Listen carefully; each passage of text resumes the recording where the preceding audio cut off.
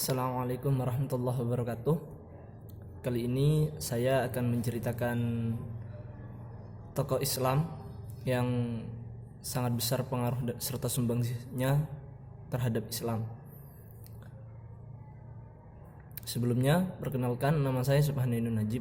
Saya dari MPI kelas C4, Fakultas Tarbiyah Ilmu Keguruan Institut Agama Islam Negeri Jember, angkatan 2019.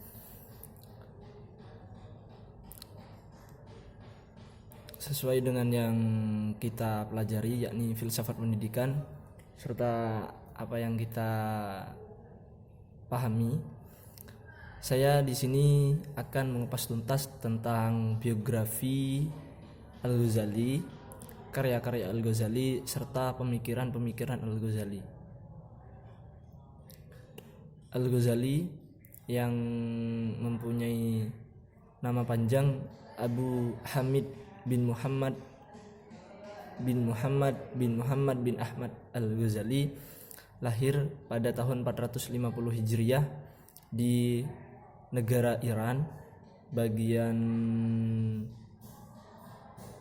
di bagian Tus, yakni kota bagian Tus, seperti itu.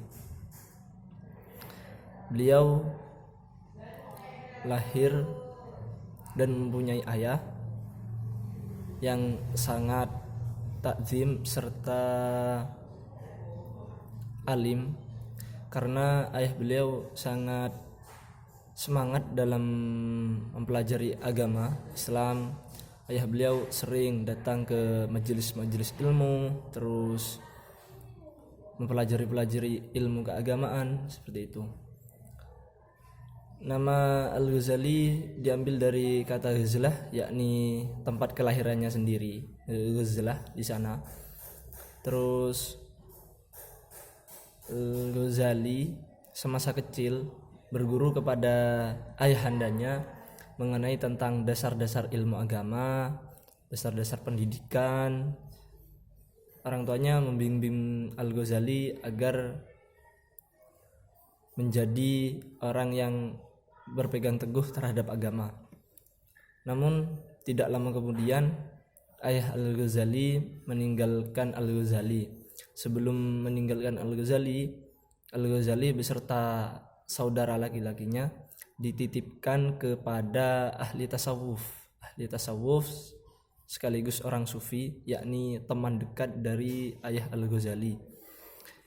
Ayah Al-Ghazali menitipkan dengan harapan apa yang belum ayah Al-Ghazali dapatkan, yang belum ayah Al-Ghazali ketahui, nantinya bisa Al-Ghazali ketahui, serta ke depan Al-Ghazali serta saudaranya menjadi orang yang memang berpegang teguh terhadap agama.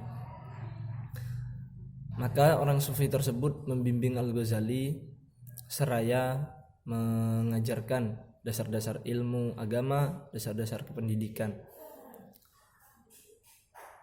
Akan tetapi bekal yang sudah diberikan oleh almarhum ayah Al-Ghazali sudah habis, maka ahli tasawuf, orang tasawuf itu mencarikan jalan keluar, yakni menyerahkan Al-Ghazali serta saudaranya terhadap madrasah pendidikan agama pada saat itu di Ghazlah, agar Al-Ghazali bisa menyambung hidupnya serta terus bisa belajar tentang ilmu agama.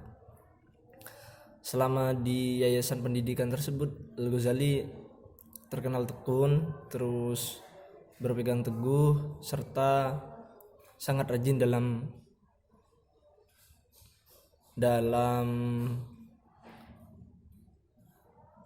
belajar, seperti itu. Setelah itu Al-Ghazali ingin melanjutkan pendidikan, yakni beliau pernah berhijrah atau berpindah tempat. Karena keinginan yang kuat, beliau berpindah tempat untuk belajar tentang agama, tentang pendidikan, tentang ilmu-ilmu yang lain. Seperti contoh, beliau pernah belajar di Jurjan. Selama belajar di Jurjan, beliau juga terkenal tekun, rajin belajar.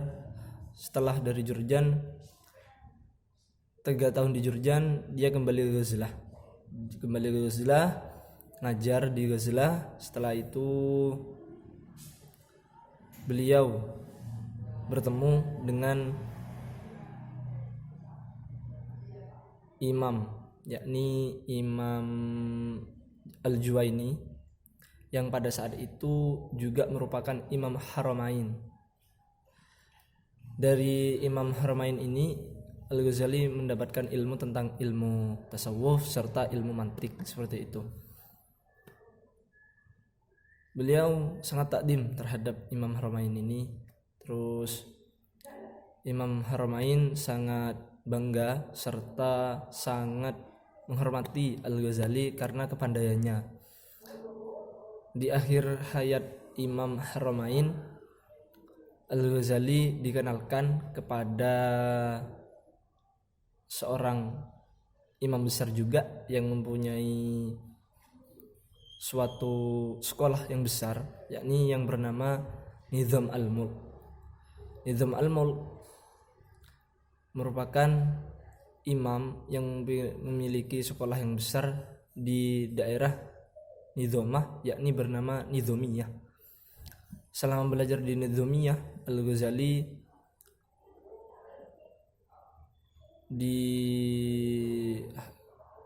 sangat bijak serta bisa berbaur dengan para ulama-ulama di sana.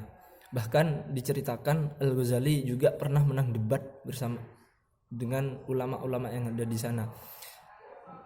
Oleh karena itu, Nizam Al-Mulk sangat seperti sangat menjunjung tinggi Al-Ghazali, seperti itu. Pada suatu waktu, puncaknya Al-Ghazali diangkat menjadi seorang guru besar di Nizamiyah. Menjadi seorang guru besar, Al-Ghazali tetap menulis, tetap belajar dengan baik tentang keagamaan, serta yang paling berkesan itu yakni belajar filsafat secara otodidak, seperti itu. Setelah sekian lama, Al-Ghazali sakit, yakni sakit bimbang karena memikirkan tentang karya-karya telah beliau lahirkan, terus pendidikan yang telah beliau tempuh selama ini, seperti itu. Maka Al-Ghazali dari masa sakit itu selama berbulan-bulan akhirnya sembuh. Al-Ghazali berpindah-pindah tempat dari Baghdad, Damaskus sampai ke Palestina juga pernah. Beliau berkhulwat seperti itu.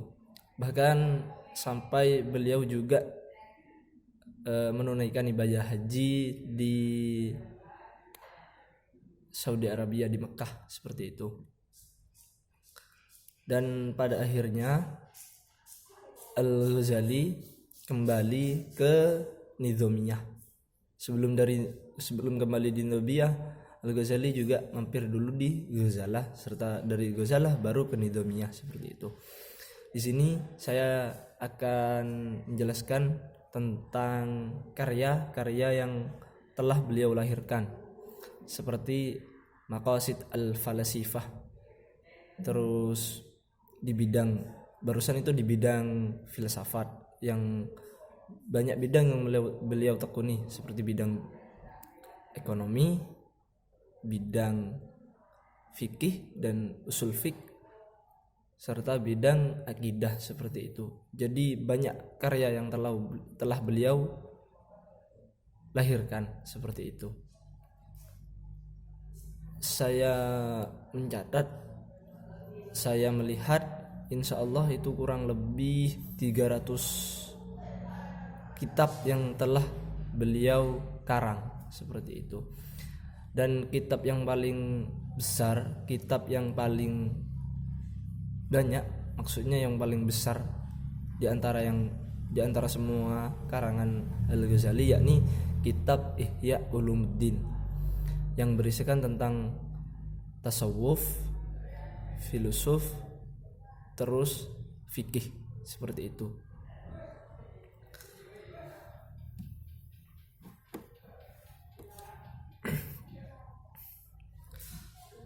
Al-Ghazali di karya-karyanya, mungkin hanya sedikit yang bisa saya sampaikan mengenai karya-karya beliau. Terus di pemikiran Al-Ghazali termasuk seorang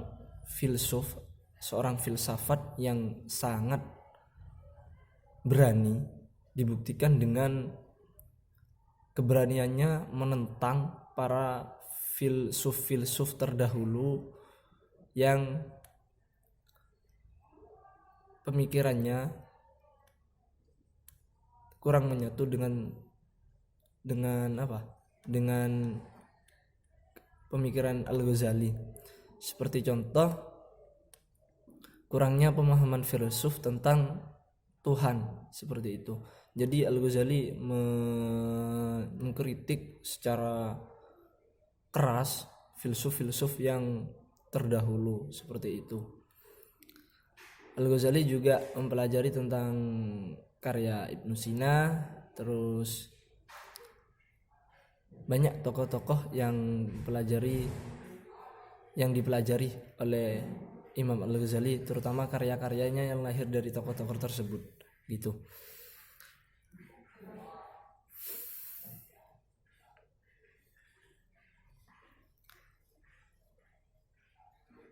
Imam Al-Ghazali termasuk imam yang konkret, yakni memiliki ilmu fikih, ilmu usul, ilmu akhlak, ilmu tarbiyah, ilmu ekonomi, serta ilmu jiwa. Dan Imam Al-Ghazali ini dikatakan sebagai imam Salafi dan imam Sufi, seperti itu. Imam Salafi dan imam Sufi. Di penghujung umurnya, Al-Ghazali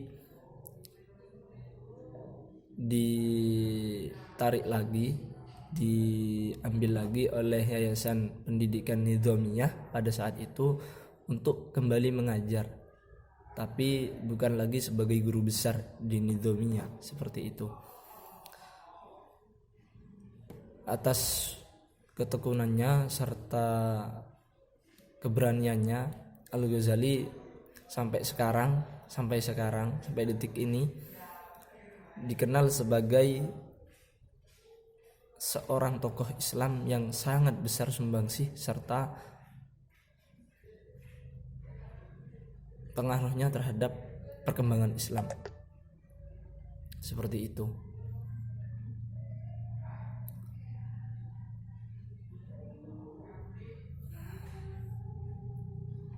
Mungkin hanya ini yang bisa saya sampaikan mengenai biografi, karya, serta pemikiran Al-Ghazali. Sebelumnya saya mohon maaf apabila ada tutur kata serta penjelasan yang kurang menarik, karena di sini saya juga masih belajar. Jangan lupa untuk terus membangun tujuan yang baik ke depan. Semoga apa yang telah saya sampaikan bisa kita pelajari bersama, kita pahami bersama, dan semoga